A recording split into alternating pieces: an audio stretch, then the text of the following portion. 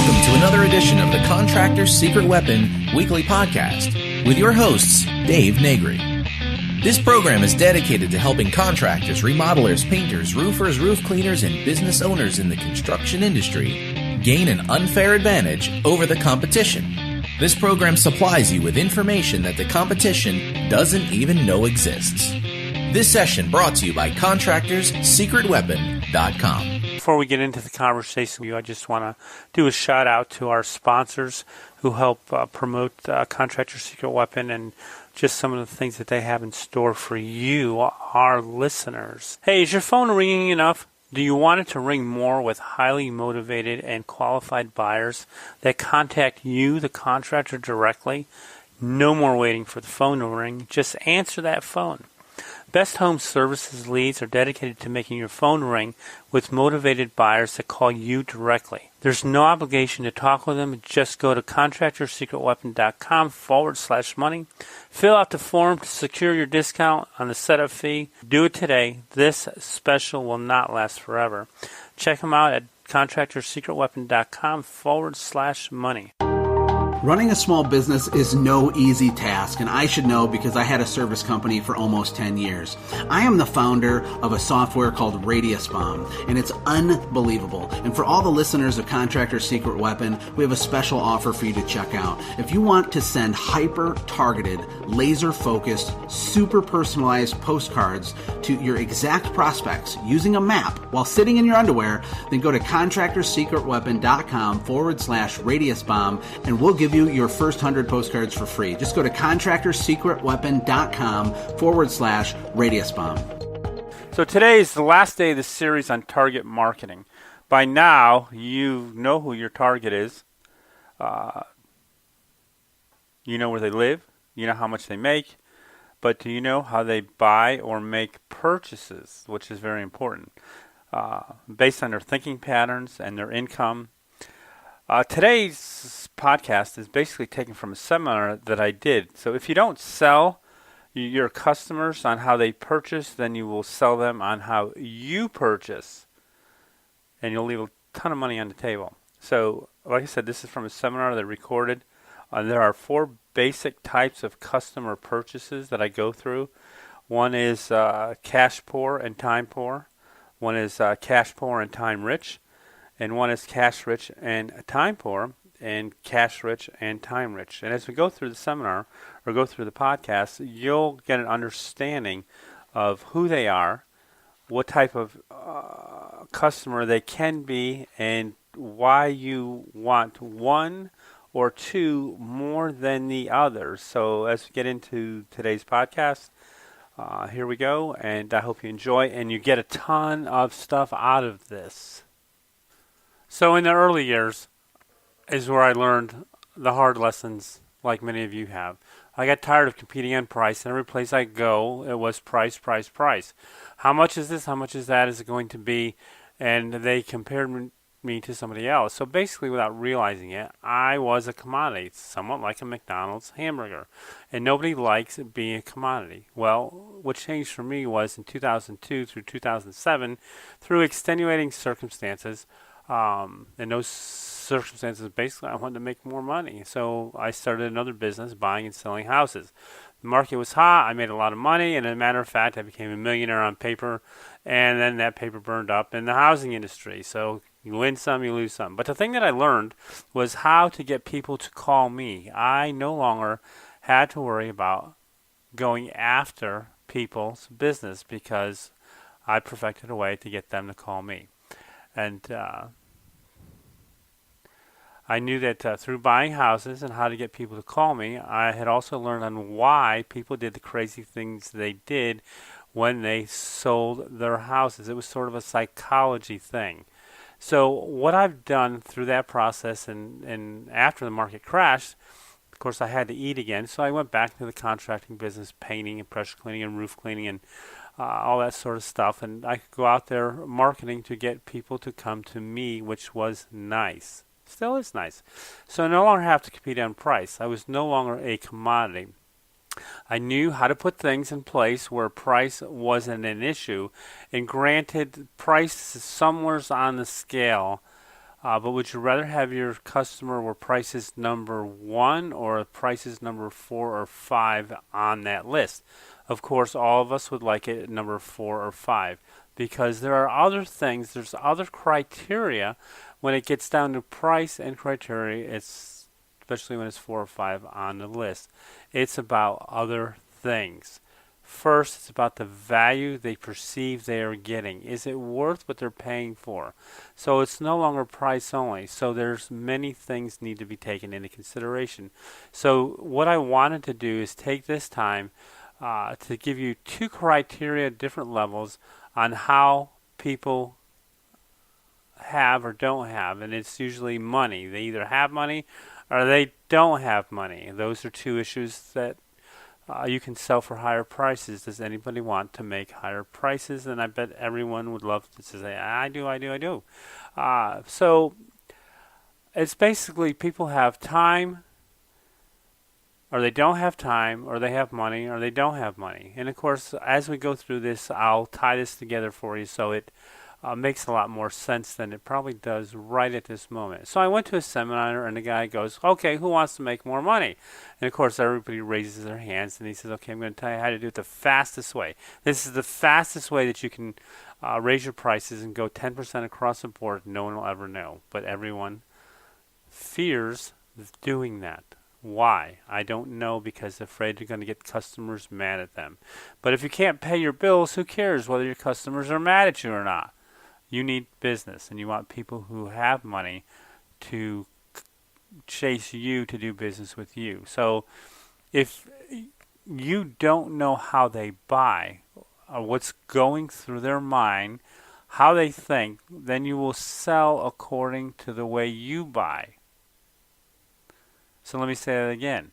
If you don't know how they buy, what's going through their mind, how they think, then you will sell according to the way you buy. So let's do a little play about that. How many people on this podcast right now are thinking, I use coupons? How many go for the best deal that they can get?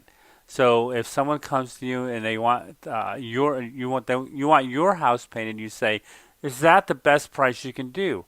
And how many people will go to the grocery store, cut out coupons, or travel to different grocery stores? Anybody? If you say yes to any one of those things, then listen closely. Now let me ask you, think about your business. You cut coupons, you try to get the best price always, you use discounts in your business to attract customers. Out of those customers are those ones that you really want. Most of the time, no, because I hear everybody griping and complaining about the customers they get because they gave them discounts. Now, the only time that I really give discounts is 2 ways, and they're really not discounts, but in a sense, I give a discount to a customer that I've had as a reward for them being good customers. I never give a discount to a new customer because that's not the customer I'm going after. I'm going after someone that's willing to build a loyal, long-lasting relationship forever, and I tell them up front, hey, I want your business, and I'm hired the next day. I'm going to look after your house, but I want to do business with you for the rest of your life, so I'm not here just to do this job. And it really leads into some interesting conversations. Today we're going to have a huge thing. We're going to help you discover what your customers are looking for when they buy, how to sell 100% of your target. Well, that would be nice to say if you could sell 100% of your target, but let's up the odds. Let's increase your sales from 30 to 50 or even 60% of your target. And I know most certain people by the next like we talked before, you're going to market to your target only. You can get business from anybody else you want, but to know how this is less certain people buy, you can actually think and go after the target only. But it's not to say that you can't take any business. If you got to spend money and time marketing, then make it effective. Instead of the shock and approach, use the shotgun approach, use the single bullet approach and go after them one at a time, or in a group, in an area, in a farm, like we talked about in the last. So ultimately, we talked about earlier in the part of the series that if you go after your target only and you farm it correctly, then you're going to spend a more amount of time in that market and least amount of time actually spending money on marketing. So smaller niches of the pie will make you more money because you can profit better from them. I've always said that if you go after the whole pie, you're a glutton for punishment because you're really not going to get anything done. So if you take a small piece of the pie, there's more profit that you can get out of it, not because you're only going after certain areas. Okay, I know commercial painters, they only go after a certain size building, certain amount of stories. They have the whole thing down to a system, and they know how to bid it. They know how to get everything done. It's boom, boom, it's all done, price are done. Same thing, I know a painter in the Midwest paints a house in 2 days. He's got a system down. Anything that's bigger than his criteria, he gives it away. It doesn't fit into his price point and his profitability. Actually, when you take something bigger, it becomes less profitable if your system doesn't call for it. So what should we focus on? Let's look at the 4 different patterns of buying based on cash and time and what these buyers actually focus on. Okay, I don't have the chart in front of me. Hopefully I'll have it up for you guys, but it goes from the rich to the poorest, and how are we going to define the markets? And well, here they are. You've got cash, poor, and time rich. Who might that be? Cash, poor, and time rich. So that might be a college student, a retired person. They got no money, but they got plenty of time. You've got cash poor, time poor, and you've got cash rich, time poor, and cash rich, time rich. So cash poor, time rich is, like I said, the college student. Maybe you have a fixed income, an older couple who's retired. They don't value their time because they've got plenty of time. They don't make any money, so what difference does it make? They'll be the person that cuts coupons, goes from store to store to store to save money, not realizing that their time has a value attached to it. Well, because it's their time. It has no value. And those impulse buying candy are made for them. Cash poor, time poor, is a family that makes under $50,000 a year. They do higher rentals. They're a medium home buyer. They don't have time, but they don't have the money to have it done, so they are your weekend warriors. Now you've got cash rich, time poor, and this is a place for the service industry. You've got professional people, you've got busy executives, you've got working business owners who are always working, have nice houses, but don't have the time to take care of it, but know that they need to keep it maintained because the homeowners association is going to make them. And of course, if they're smart, they'll keep it maintained for future value so that there's no aha moments when they go to sell it. So to reach this clientele really has nothing to do with price. It all has to do with how much can you make it easier for them to do business with you. That's how you get their business. And then there's cash rich, time rich. That could be a non-working business owner, an athlete retired. They have money, they have time, and what they want is they want the best, because they're not going to ever think about doing it themselves. They value time. They have value that time, so you can save them by doing things properly. So they want you, but we're willing to pay your price because they only want it done once and they don't want to have to call you back. So the value to them is to get it done right the first time. It gets done at a fair price, or a price that they think is fair. This is kind of interesting. It's a price that they think is fair, not a cheap price. Now the price that they think is fair, this guy thinks is fair. It may be different from the other quadrant of, time poor and cash rich. Two different thought scenarios. And again, there are, I want to say, about certain ethnicities. You raise the price because you know that if you come in at a regular price, they're going to say you're too low because you know they're going to show it to their friends. Can you believe I spent this much money? And their friends are going to say, are you kidding me? No, but they did a great job. They did this and did that. It's the most profitable quadrant to be in is the cash-rich, time-rich quadrant because you have to make a conscious decision to move into that area. You don't do it by accident.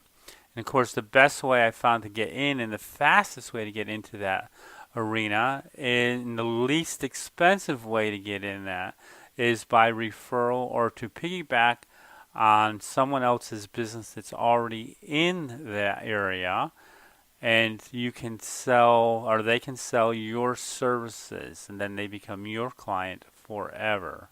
Okay, so let's just take a look at the way my roof cleaning is set up. I have roof cleaners, roofers who sell my roof cleaning. I've got the one that's in the area all the time. It's just nice to piggyback into these high-end homes. Most of my roofs are 6, 7, 8, 10,000 square feet. I am trusted. I am a referral, and I'm all part of that. So that's pretty awesome. That's the best way. And this is the only place that a cheap price, let me say this again, this is the only place that a cheap price will keep you from getting business because you are too cheap. Kind of interesting. So let me tell you a short story here. You've got a $50 an hour plumber and you've got a $100 an hour plumber marketing to cash poor, time poor market. Who do you think will get the work? The cheap one, of course, because they don't have the money, they don't have the time, so they're going for price only. The $50 an hour is because of the mindset. Now, these are all mindsets, these 4 different quadrants. None of them's right, none of them's wrong.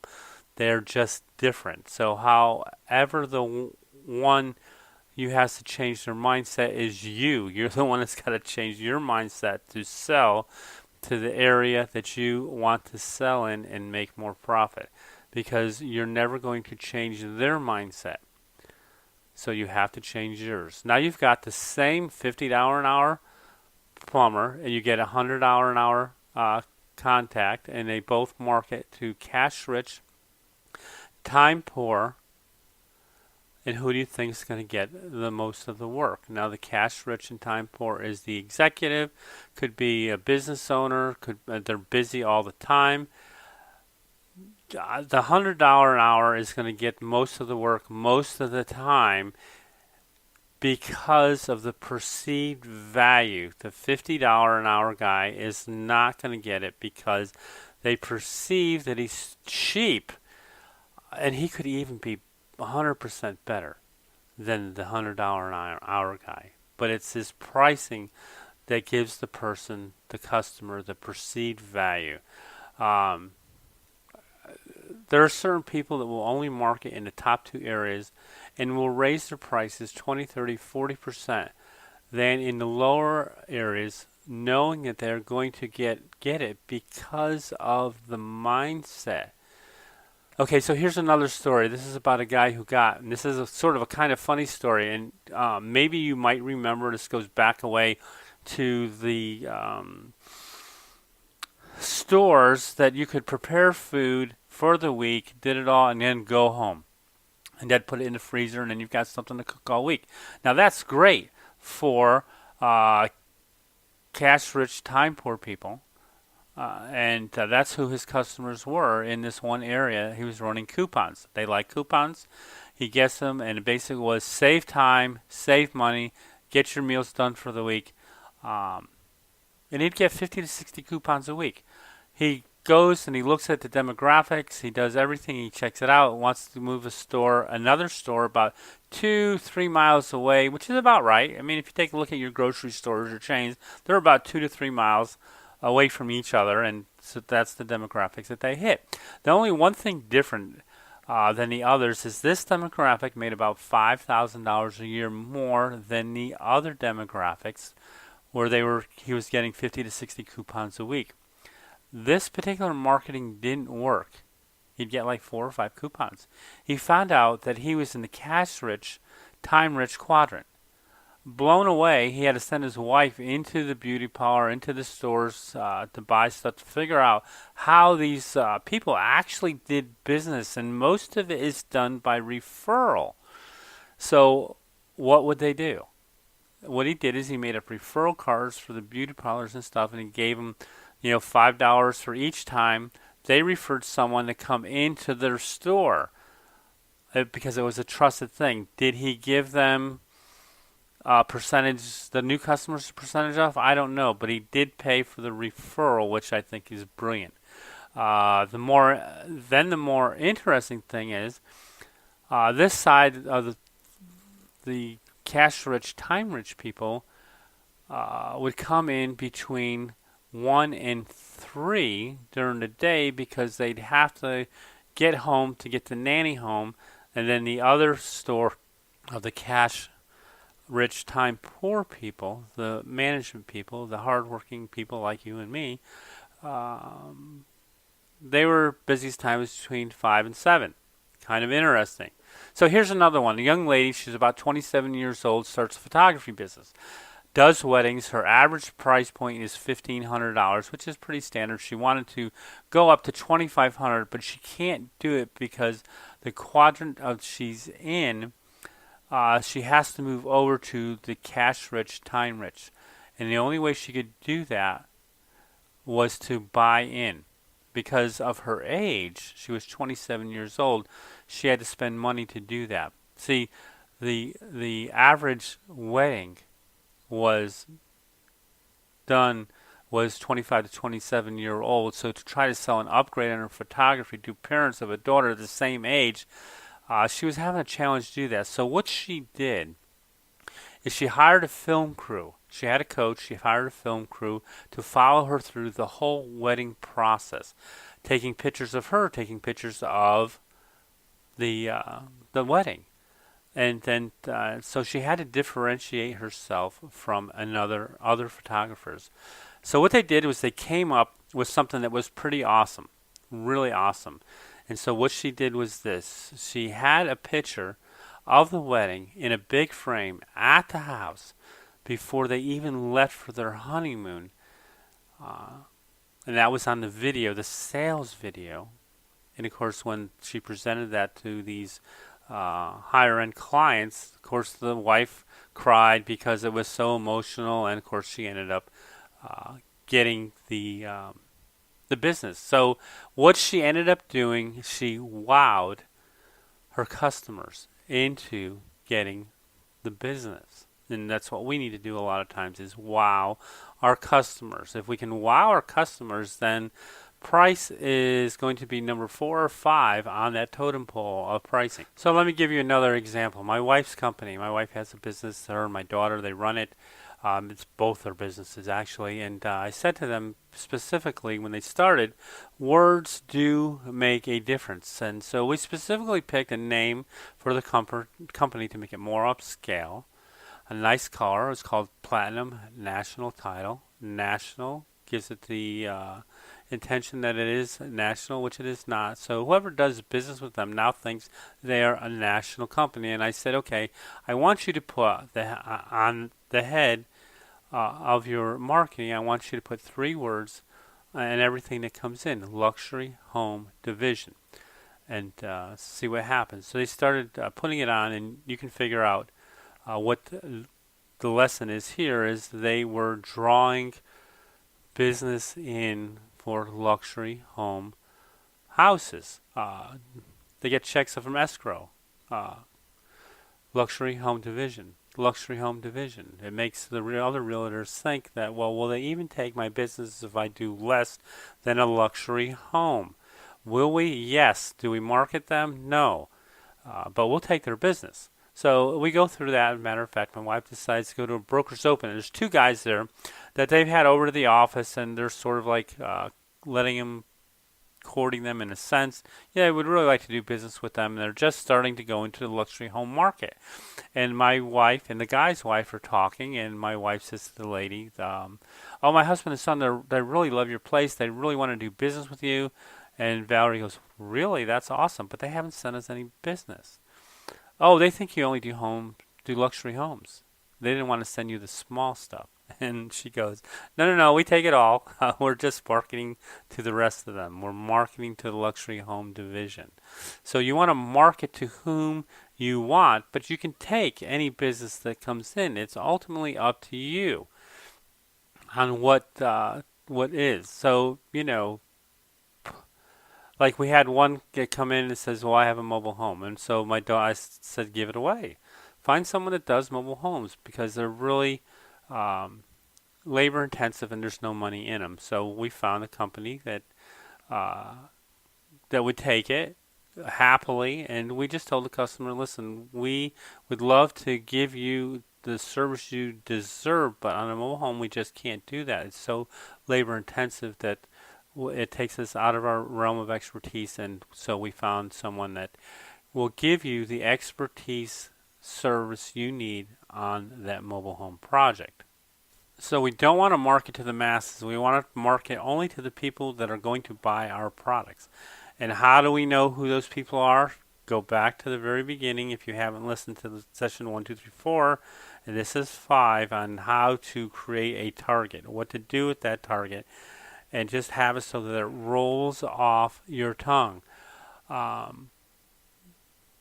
But the people who have discretionary income, the cash-rich, time-poor people, this is where the service industry really needs to go after because they're the ones that have the money. And so you need to actually stop selling your services, per se, and start selling problem solving.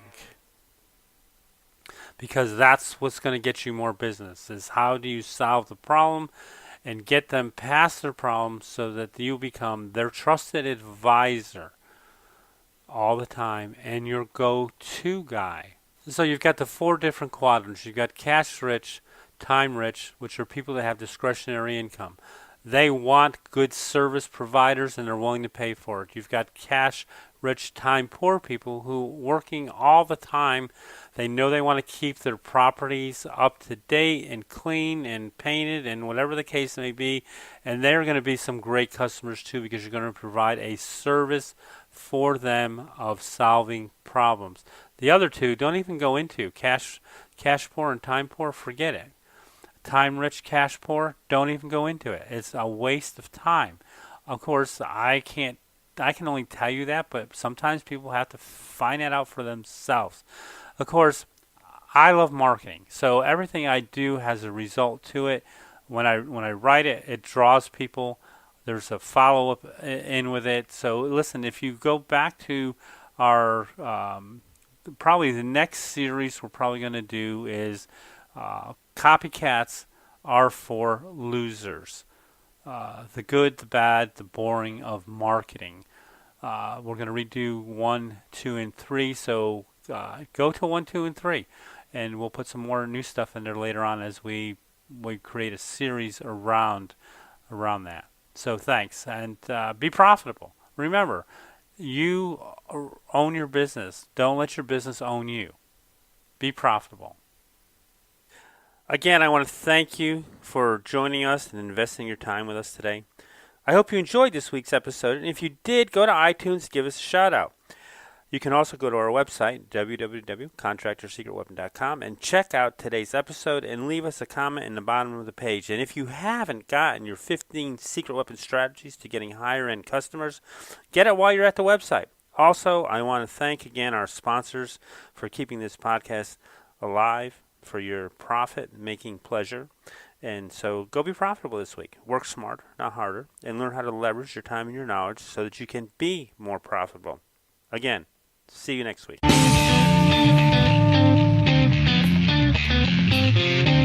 Thanks for joining us for another weekly episode of the Contractor's Secret Weapon podcast with Dave Negri. We would love to hear your comments about this episode, so visit us online at www.contractorsecretweapon.com and let us hear your thoughts. If you are listening via iTunes, please leave us a positive review. The more positive reviews we receive, the more other contractors will benefit from this show. Thank you, and see you next time here on the Contractor's Secret Weapon Podcast.